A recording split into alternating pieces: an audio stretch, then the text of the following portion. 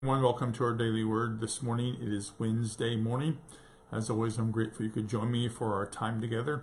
It's finally cooled off a little bit. I don't have to run the air conditioning in my office so much. As you can see, I'm back in my office today. Just needed to come here and get some work done. So glad you could join me for our ongoing conversation. I'm going to place flame to my Christ candle. The invitation and reminder of the Holy Spirit's presence. So if you have a candle, I invite you to light it as well. Hebrews 12, I apologize. Hebrews 12, verses 1 through 2. And let us run with perseverance the race marked out for us, fixing our eyes on Jesus, the pioneer and perfecter of our faith. Well, you know that I'm a church person. In addition to being a pastor, I'm a church person. I've always loved church from as long as I can remember.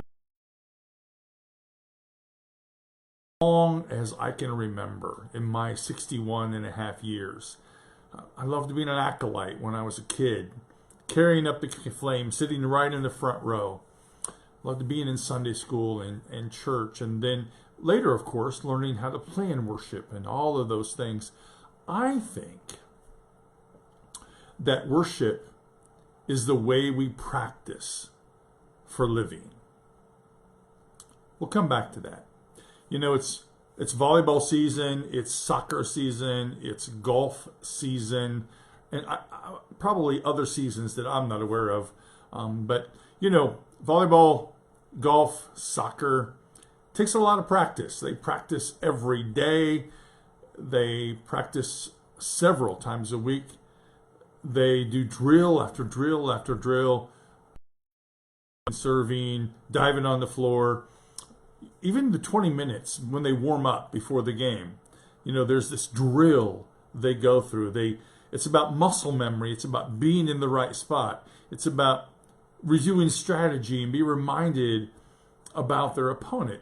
And you know, practice, the reason that teams practice like that is that these things, the things they do, they hope become their default autopilot. When the game comes at them really fast, they don't have to think about technique. They know exactly what to do. They can play the game from their heart. And it's fun to watch players grow into that.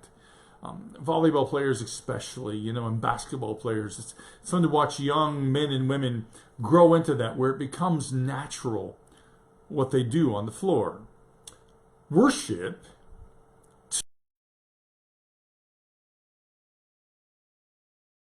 as followers of Jesus, as people who call themselves Christians, worship is where we gather to practice and drill the spiritual fundamentals for the living of these days.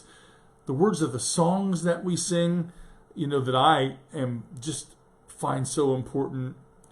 The stories of scriptures, the prayers of one another, as we then fuel up for the week ahead.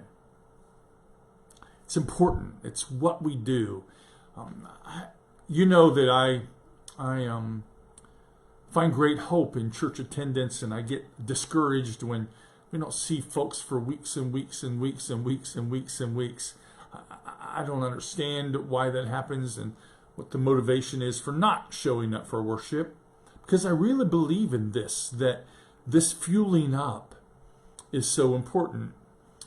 And you know, when we live out our life and when events necessitate the direction that we take, what sometimes appear to be a very courageous action really is us operating out of instinct, out of muscle memory, of taking the right action.